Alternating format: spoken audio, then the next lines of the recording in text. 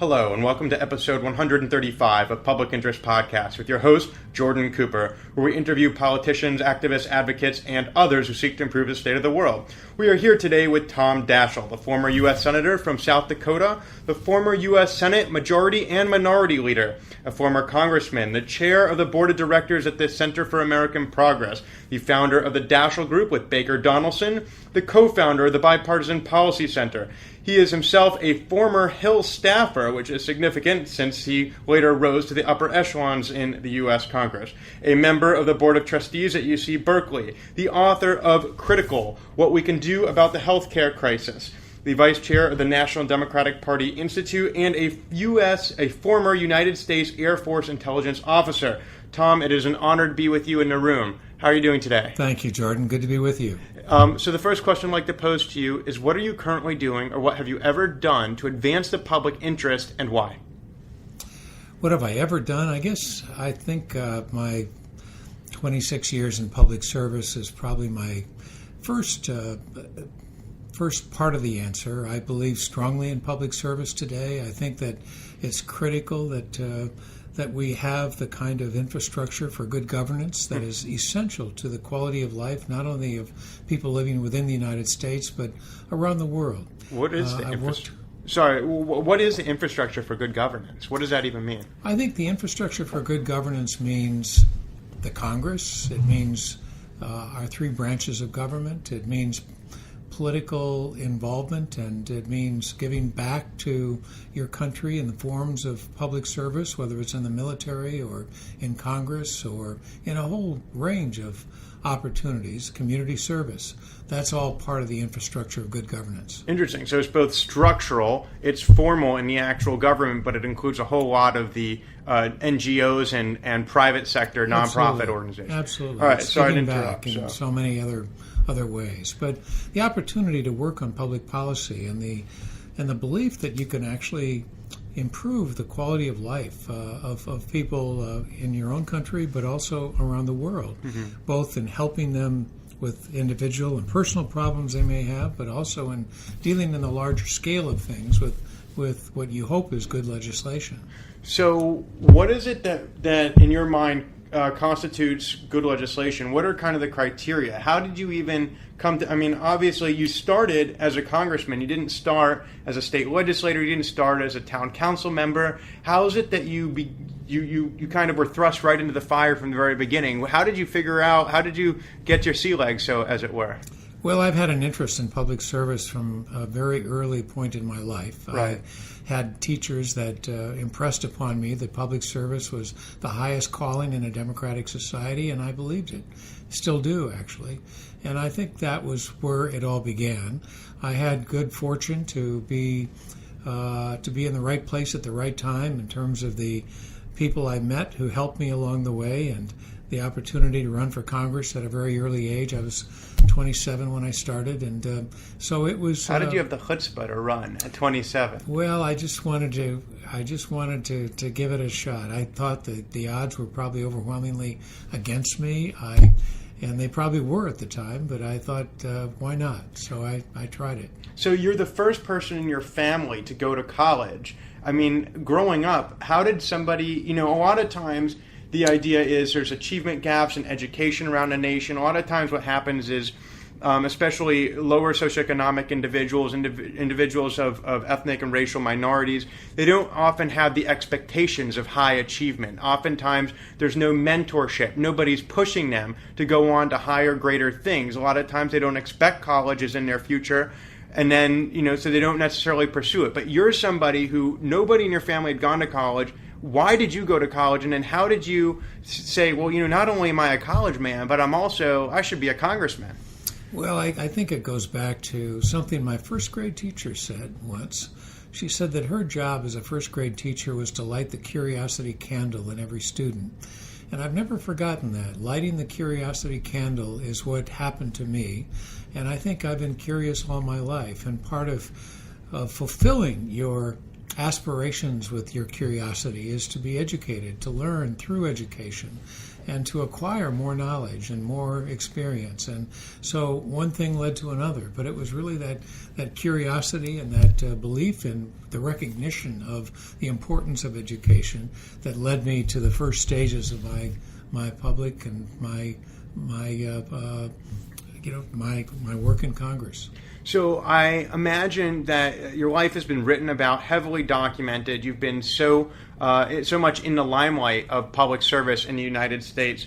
I wonder how you see yourself as having perpetuated the lighting of those curiosity candles for American children and adults around the nation.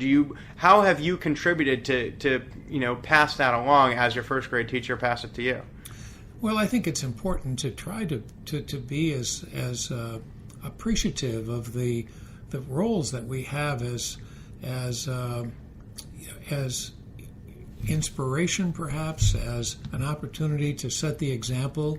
I think it's critical for those in public service to set a high bar for their own deportment and their own aspirations as they relate to the people around them. And I think that's a part of it. But it's engaging with young people. It's trying to do as many things as you can to affect their lives in a positive way.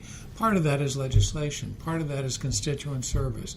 Part of that is interaction as you work and live with your constituents.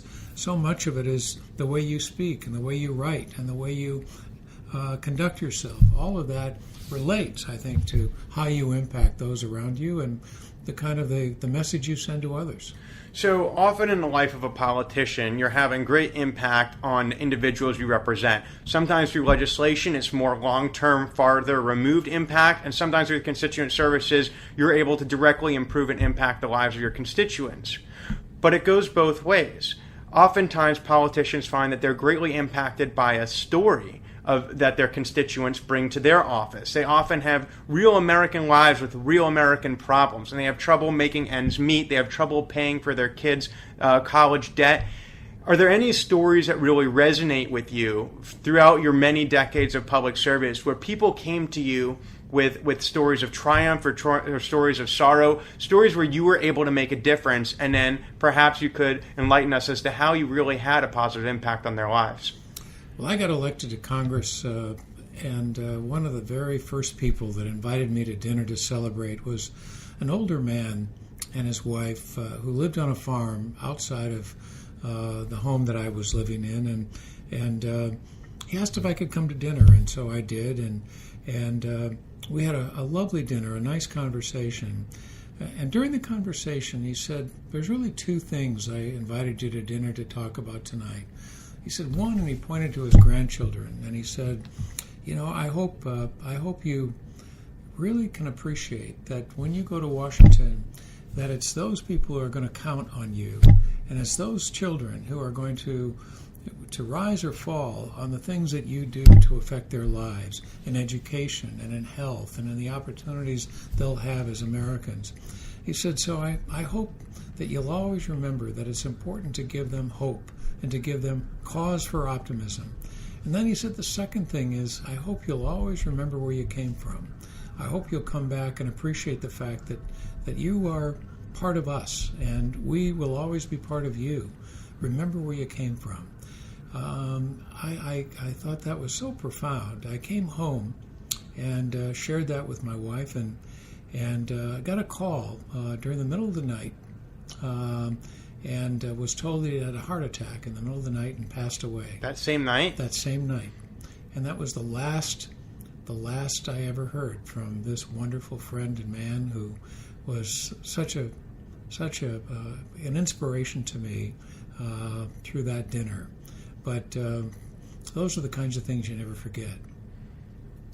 So, quite an emotional story there. Almost brings one to tears to listen to how a man really literally has his last supper, and in that way his parting gift to you was a reminder that you are a public servant.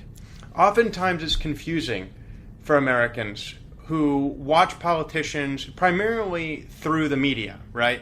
300 million Americans and only thousands of elected officials. Most Americans aren't having direct one-on-one contact with their politicians. It's through the news. And of course, politicians are leaders. They're high up in society. They're esteemed, as you said, it's the highest calling. And yet this man called you to remain humble and to remember where you came from. How is it that you use that guidance? If you can provide a specific example for perhaps healthcare, which came to be your bread and butter really in the U.S. Congress, when you were trying to advance particular legislation, you had an idea to create a federal reserve of health insurance for universal coverage of all Americans. When you were considering those proposals and doing a whole lot of political fights up on Capitol Hill, how did his admonition, his hope, his moral imperative that he assigned to you with his last breath almost, really, how did that guide you and how did that check an action that you might otherwise would have taken? Well, he gave me a lot of reason to think about how I conducted myself when I was in Congress. And it was largely through his admonition or his advice that I made a decision every year to do something that I really relished and felt was very critical to keeping my promise to him that I would try to fulfill my obligation to do the two things that he asked me to do. I would take 2 weeks every August and drive around the state all by myself and just show up, just talking to people. No and campaign learning. staff? No campaign staff, no Senate staff, no House staff. Just by yourself? Just by myself in a car. And I would stop at schools if they were still in session or they were having summer school, and or I would speak to whatever groups were meeting at the time. It was really fascinating. Were they surprised? Oh, they were. Everybody was always so surprised that I'd stop by, at least initially. After a while, because word spread that I was doing that, I'll never forget, I had a mayor once who I'd only been in town for no more than 5 minutes, and I paid a visit to the town mayor, and he said, "I heard you were in town." So word spread sometimes, but I thought it was such an extraordinary experience just to have that spontaneity and that ability to really understand from a person's point of view, regardless of what circumstances they may be in. Sometimes I even went door to door and just said hello, and I'd get invited in for coffee.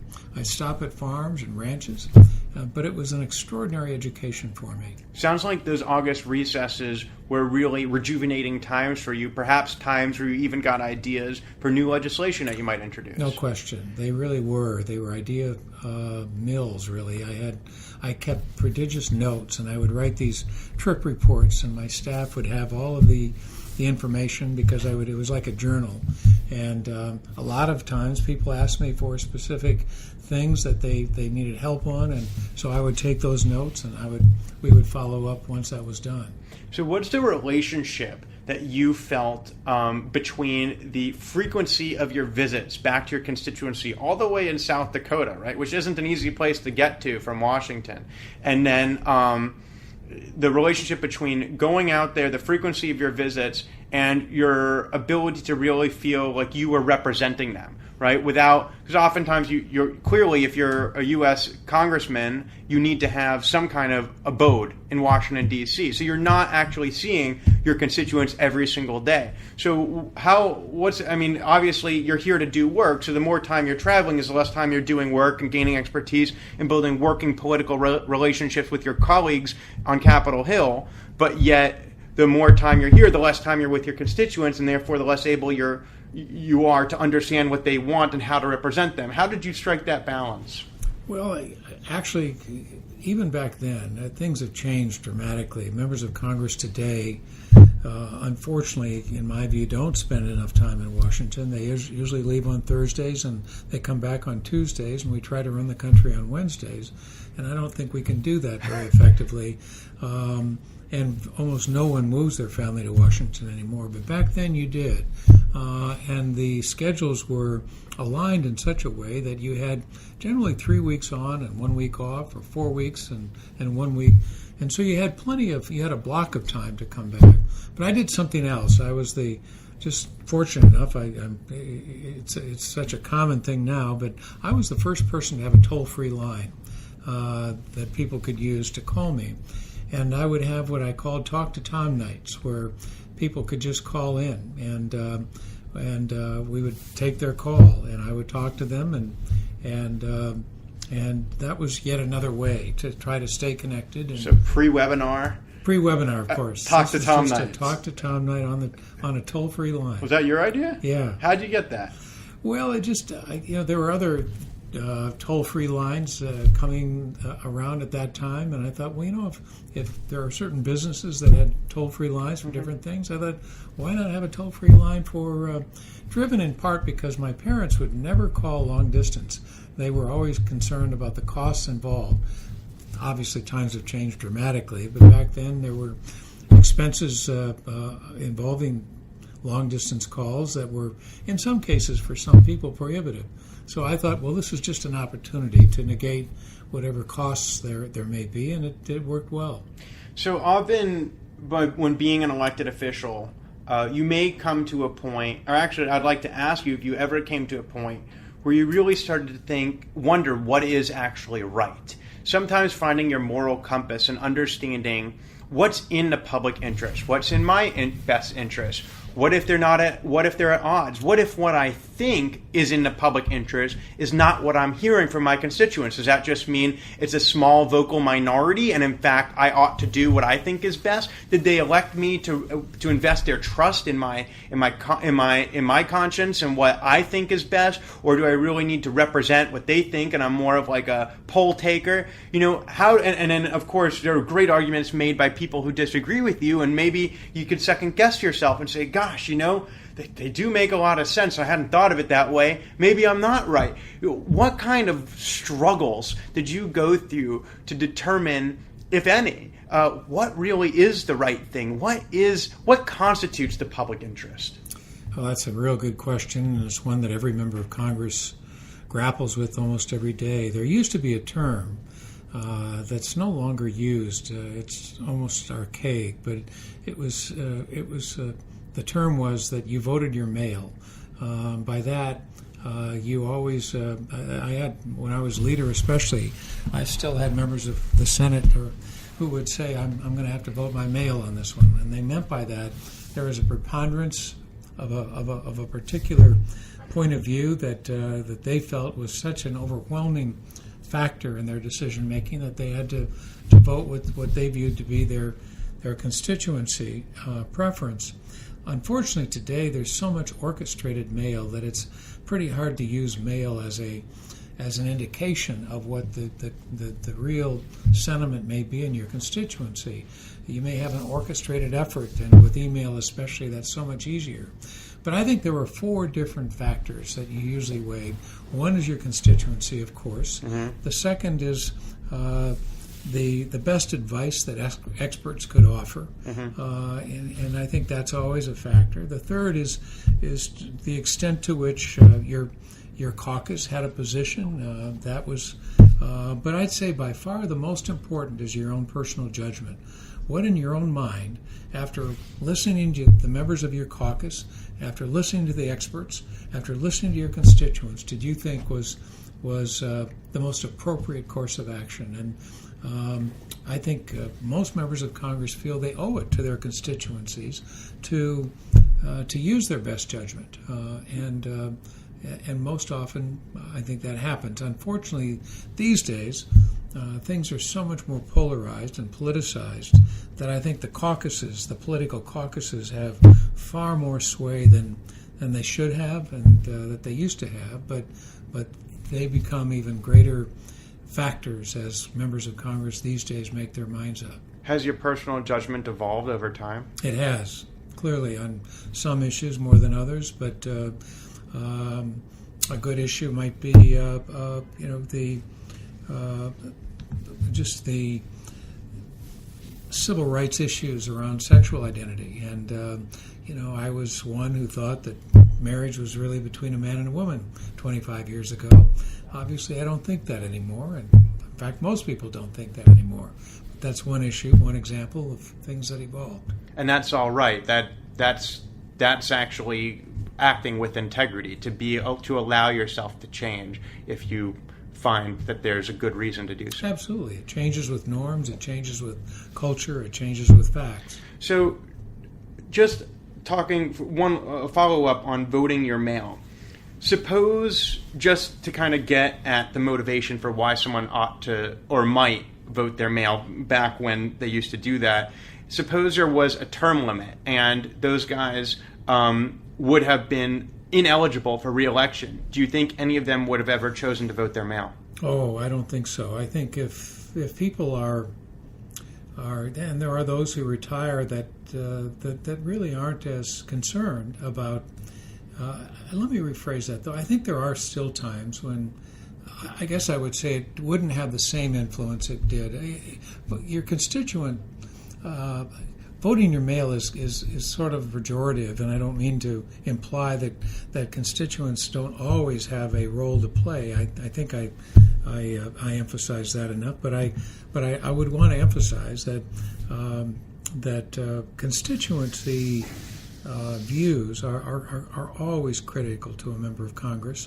But I think for a lot of reasons, sometimes there are far more vocal constituencies than others, and that vocal constituency sometimes can have enormous influence, especially given the threat of primaries now and gerrymandering that occurs, where you don't have as much political pressure in the general election as you do in the primary. But voting your mail, regardless of circumstance, will occur, not so much if you knew that you were not going to be. It's more motivated for re-election purposes than a moral obligation to act according to the people's will.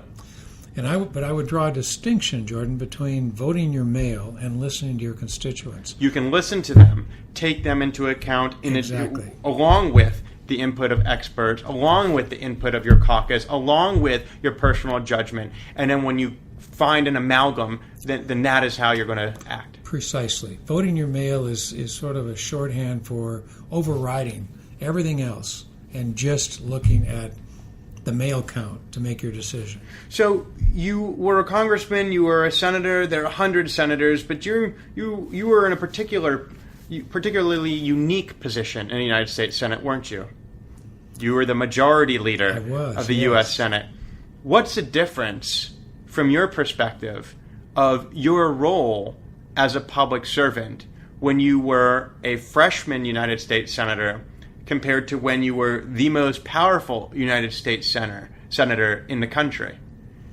Well, I think all senators are leaders, so I wouldn't draw the distinction necessarily between follower or leader, but there are leaders of leaders, and that's really what a majority leader is. He's the leader of the leaders, and he is one who's charged with the responsibility of helping to lead one of the most important institutions of our government, the United States Senate, to work in concert with the Speaker of the House, to work in concert with the President of the United States, to work in concert really with foreign leaders as well.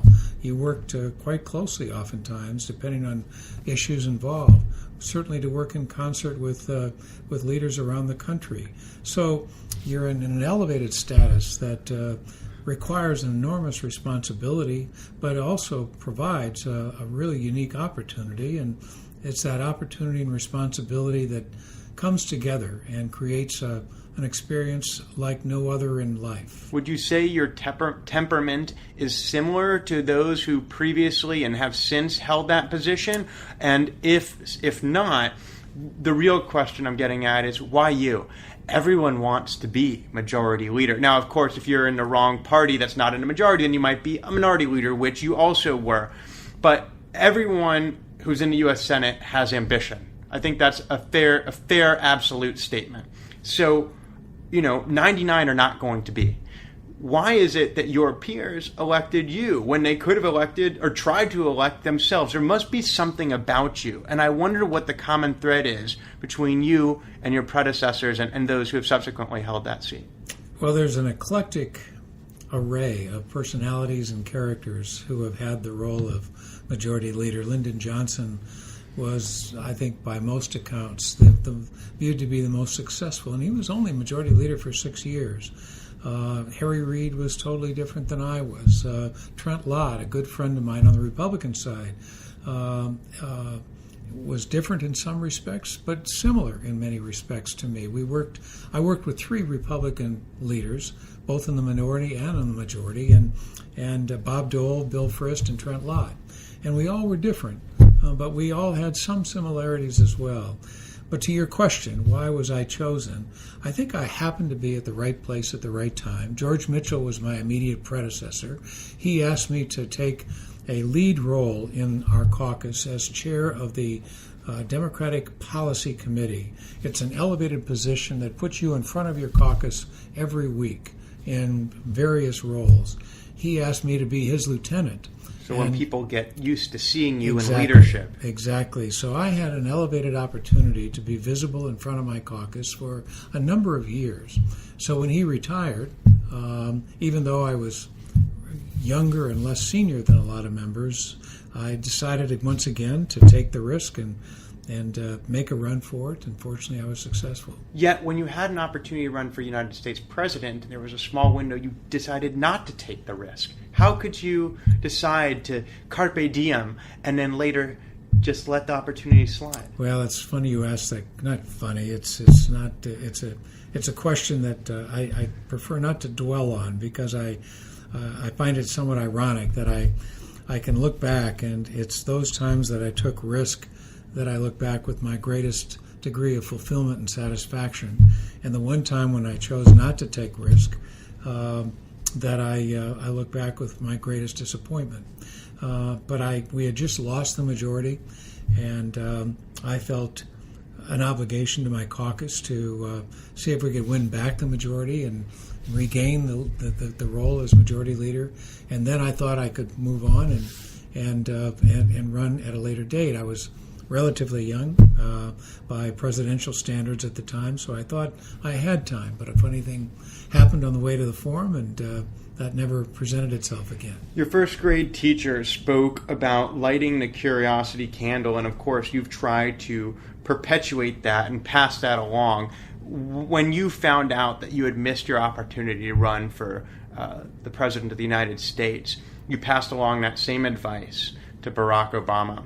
And he was able to take that opportunity as a very young freshman senator, often, somebody who had not achieved seniority, who had not the experience, the gravitas that is often expected of a candidate. And you're able to tell him to take advantage of that, and he was successful in that venture.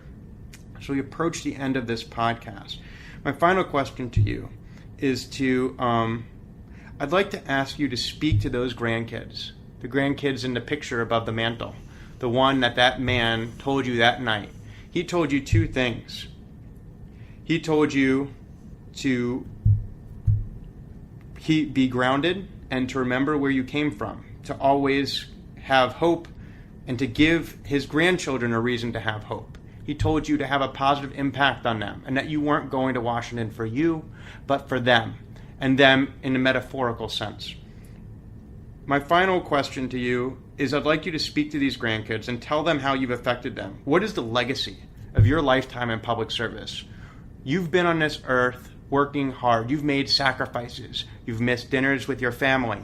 You have missed golf vacations. You've missed just relaxing with the beer on the beach because you had a higher calling. Why?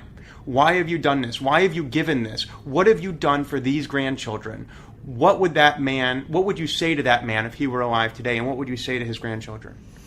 Well, I would say that my job is still not done. I believe, even though I'm at a different stage in life, that I hope I can continue. I think this is still a work in progress, and I even though I've graduated on. I've moved on. I've got different roles. I see my aspiration to be the same as it was as a very, very junior, very young freshman congressman. My aspiration is to give those children, and now their children, better health care, a better education, peace, the opportunities to move up in the world and to enjoy a quality of life that maybe their parents and grandparents didn't have. I want to give them hope, just as he asked me to give them hope maybe now close to 40 years ago. I think I've done that to a certain extent, but my job isn't done. That has been Tom Daschle, former United States Senator from South Dakota, former U.S. Senate Majority and Minority Leader, former Congressman. He is on the board of directors for the Center for American Progress and is the founder of the Daschle Group with Baker Donelson. He's a co-founder of the Bipartisan Policy Center, a former Hill staffer. He began at the bottom. A member of the Board of Trustees at UC Berkeley, author of a book on healthcare reform, vice chair of the National Democratic Institute, and a former U.S. Air Force intelligence officer. Tom, despite everything he's given for decades upon decades of his life to public service, he still does not see his mission, his calling as having been completed. He still looks forward to more, to tomorrow, to progress. He's the founder of the Bipartisan Policy Center, which emphasizes in a world of hyper-partisanship that it's about the people and not the ideology, and it's about the practical solutions and not the fight, but it's about getting together and making a deal. It's about half loaf being better than no loaf at all. And by working across the aisle, as is the term in Washington, which really is to say with just acknowledging people with different perspectives, different attitudes, acknowledging that though they may differ, they also want to advance the public interest and merely have a different conception of what constitutes that interest and how to get there. Tom is somebody who has put his ideas into practice, who's always remembered where he came from. Drawing upon the earliest moments in Tom's life, he is able to keep a moral path forward. He sees public service as a mission, as a calling, as something more important than himself. He always is reminded of where he has come from and who he serves. Despite having reached some of the highest heights in American politics, in society at large, he's always humbled by his obligation to be a servant to children, grandchildren, the next generation, those who do not have, those who might have. He creates opportunity for those who also dream, the American dream that he has lived and he has embodied throughout his life. Tom, I'd like to thank you so much for joining us today. Thank you, Jordan. Good to be with you. This has been episode 135 of Public Interest Podcast with your host, Jordan Cooper, where we interview politicians, activists, advocates, and others who seek to improve the state of the world. I'd like to remind you to subscribe at publicinterestpodcast.com, listen on iTunes, your podcast app on Apple products. You can listen on Stitcher, SoundCloud, or numerous other platforms.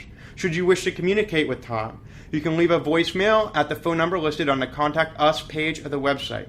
Thank you so much for listening, and we'll talk to you next time.